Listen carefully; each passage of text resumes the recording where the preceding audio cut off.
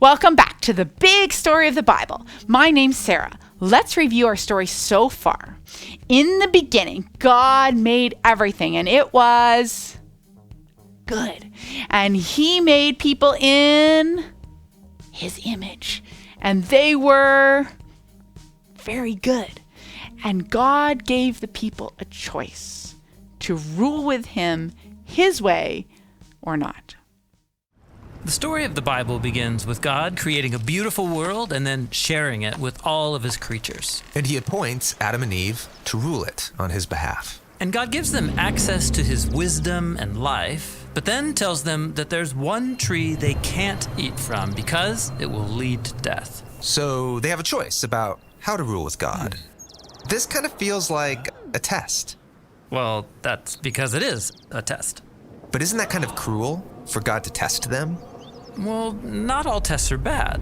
Let's say there's a king who chooses you to fulfill a royal task because he wants to know if you are trustworthy. Well, I guess that's a test, but really it's an opportunity to do something important and noble. Right, but then let's say there's a rebel who hates the king and you. And he tries to convince you that you would be better off not doing what the king asks. Well, the rebel is setting a trap. Right, so a test could be an opportunity or a trap. And the difference is whether the one testing you has your best interests in mind. I see. And both types of tests appear in the beginning of the Bible. God tells them to eat of the tree of life and not the forbidden tree. Yeah, this is God's test of loyalty. God wants to rule the world with humans as His partners, which means they will need to trust His wisdom over their own. But then a rebel comes and tests them to eat of that other tree. Right, the rebel seizes this opportunity and twists it, so he can lead the humans into exile and ultimately death. He turns the test into a trap. But after the humans fail, God promises that one day a human will come who will pass the test and defeat the snake. And as the story moves on, God gives a couple. We talked about this couple last week. God called one family out of the city where they were living to follow Him into a new land. What were their names?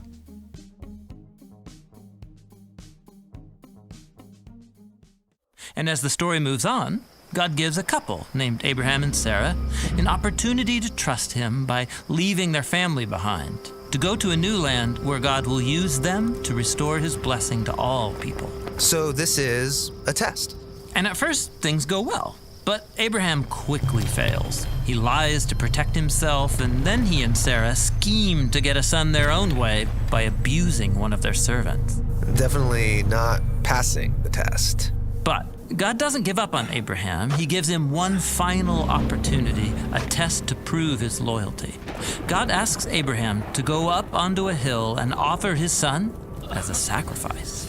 I can't imagine a more intense test. And Abraham does it. But in the last moment, God stops him and provides a substitute animal in the place of his son. God then says He will fulfill His promise through Abraham's family because he passed this test. And this is where we ended last week.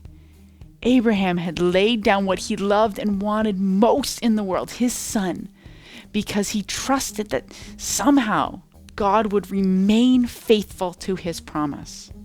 And in that moment, at that test, Abraham trusted the goodness of God that he hadn't trusted in the past, as the people of Babel hadn't trusted God, or Cain, or Adam and Eve.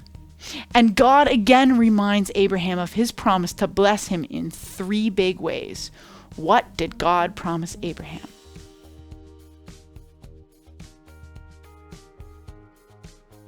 God promised to make Abraham's family into a whole big nation of people, to give that nation their own land, and to make His family a blessing to the whole world, to all nations. The rest of the book of Genesis, we see God fulfill His first promise to make Abraham's family into a big nation.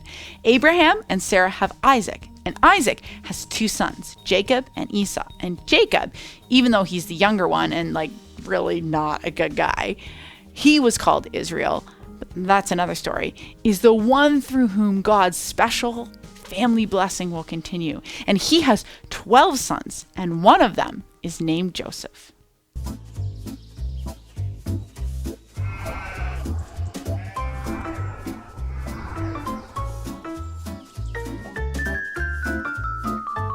So this is Joseph. Hey!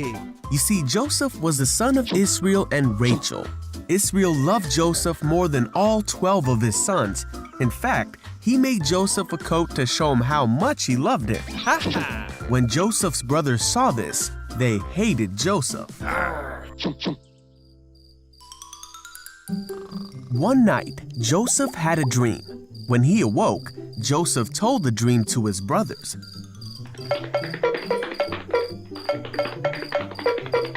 He said, "Listen to this dream I had.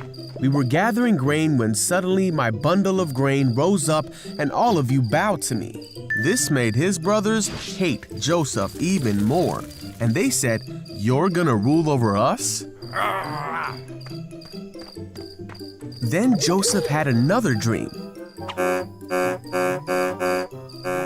And he told it to his brothers and his father. He said, "Listen, I had another dream, and this time the sun and moon and 11 stars were bowing down to me." This time Israel heard the dream and rebuked Joseph, saying, "Will your mother and brothers and I actually come and bow down before you?" The brothers were even more angry when they heard the second dream. Israel, however, decided to think about what Joseph was saying.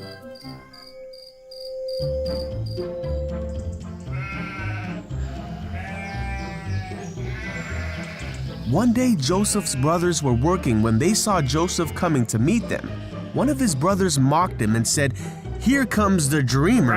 Come on now, let's kill him and throw him away to be devoured by a ferocious animal. Then we'll see what comes of his dreams." One of the brothers named Reuben wanted to rescue Joseph, so he said, "Let us not take his life. Instead, throw him in the pit." Yeah! So when Joseph came to his brothers, Hey! they attacked him. They took the robe their father had given Joseph. They hoisted Joseph up and threw him into the well.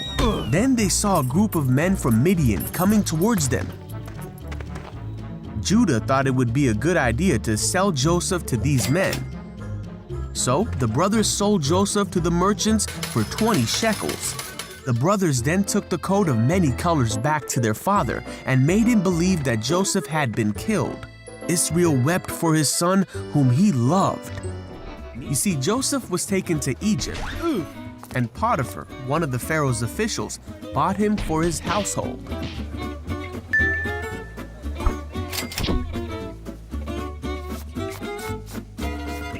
God was with Joseph, and he did well in Potiphar's house. Oh! Potiphar saw that God made everything Joseph did a success. Aha! So he put Joseph in charge of his whole house. Yeah! And God blessed Potiphar's house because of this.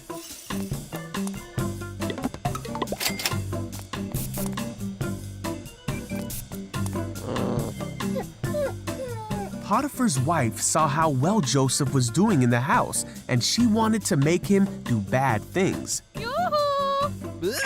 Joseph ran away from her because he wanted nothing to do with someone who would try to make him do the wrong thing. This made Potiphar's wife angry, and she wanted to be rid of Joseph. So she lied and made Potiphar believe that Joseph had done the bad things that she wanted him to do. Potiphar burned with anger against Joseph and sent him to prison.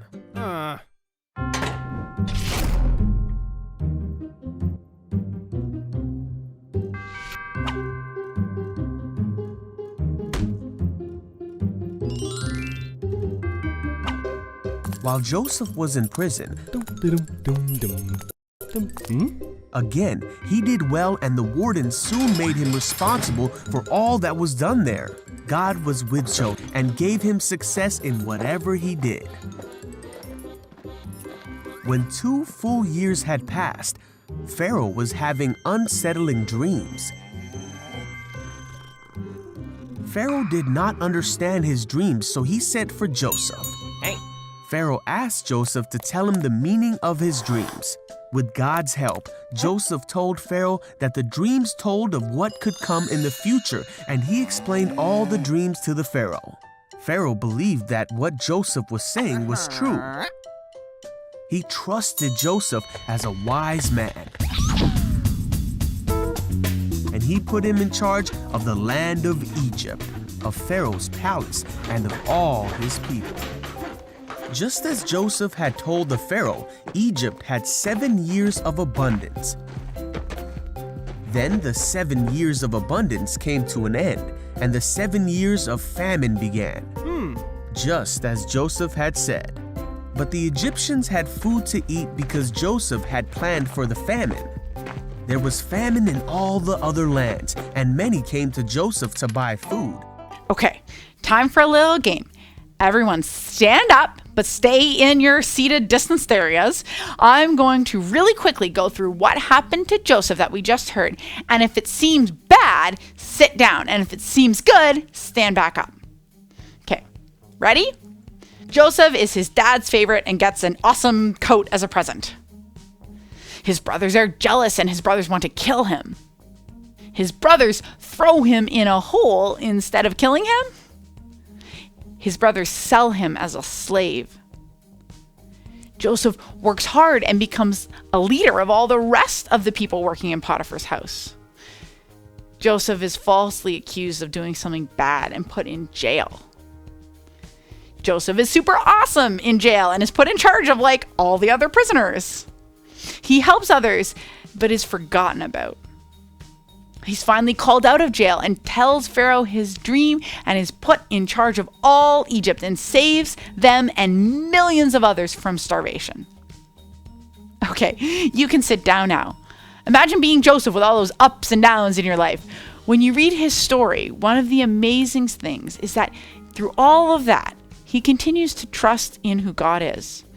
Whether it's bad stuff that's happening or good, he seems to hold on to the goodness of God, like Abraham did when he went to sacrifice Isaac. He trusted that God was good and that he'd somehow still fulfill his promises. Often when bad things happen to us or to people we love, it makes it hard to trust that God is good or that he's real. Have you ever had something bad happen to you or someone you love that made you think, maybe God didn't care, or wasn't good, or wasn't real? Leaders, you share your own example first.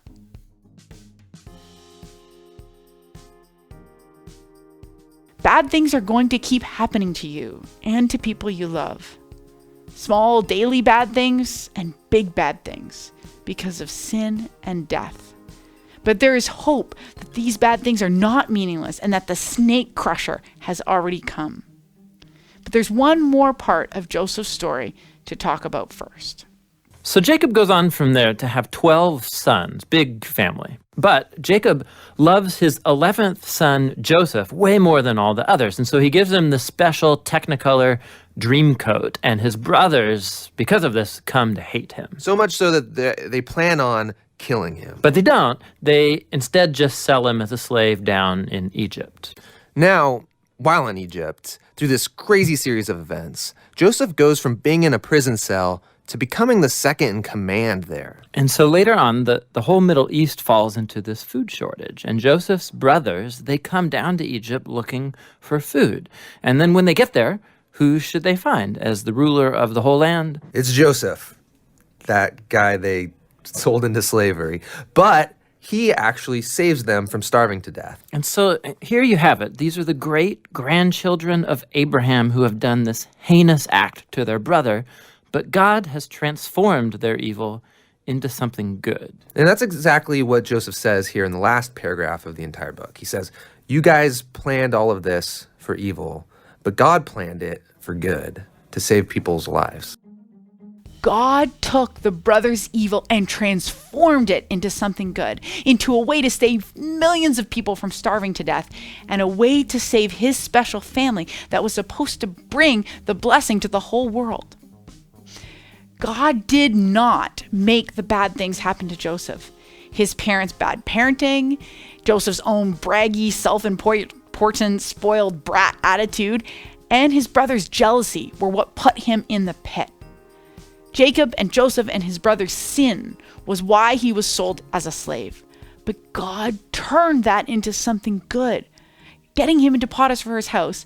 And somewhere along the line, Joseph's spoiled brat attitude changed, and God used the horrible circumstances to transform his heart into a trustworthy, hard worker. You might have had or will have a really hard family life, now or in your future. Maybe some of you barely see your birth mom or dad. Maybe your parents are both at home, but they fight all the time. Maybe you have to bounce back and forth between their two houses and their different rules and figure out how to get along with stepbrothers and sisters. That's really hard. I'm sorry. God did not do that to you.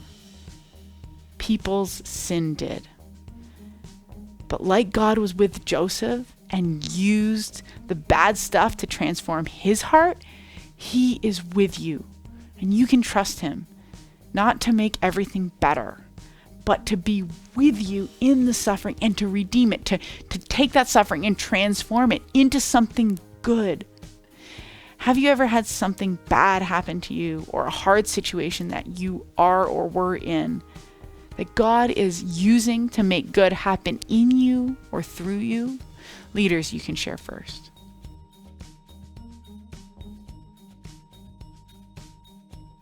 It wasn't God's fault that Joseph ended up in jail. Potiphar's wife's sin is why Joseph ended up in jail. Joseph was falsely accused when he only ever did the right thing. But because of that situation, he was in a position to be able to forgive and save his brothers. Who else does that sound like?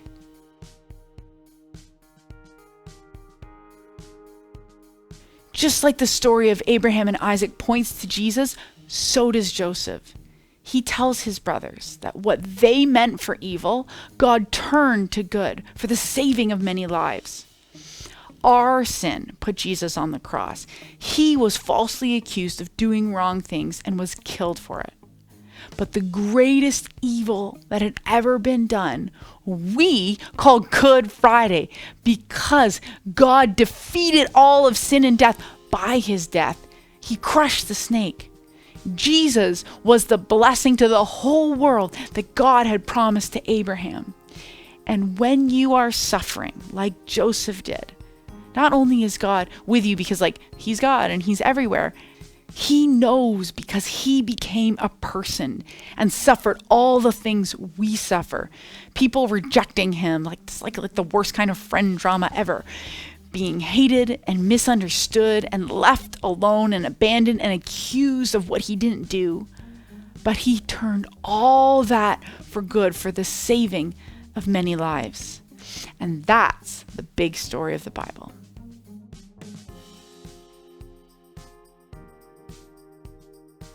Today, as you pray, thank Jesus that he understands what it's like to suffer and that he's with you whenever you suffer.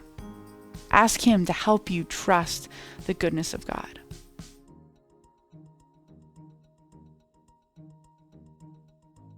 Here's the craft you're going to make today.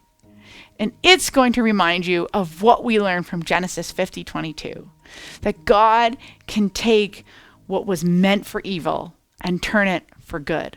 See you next week.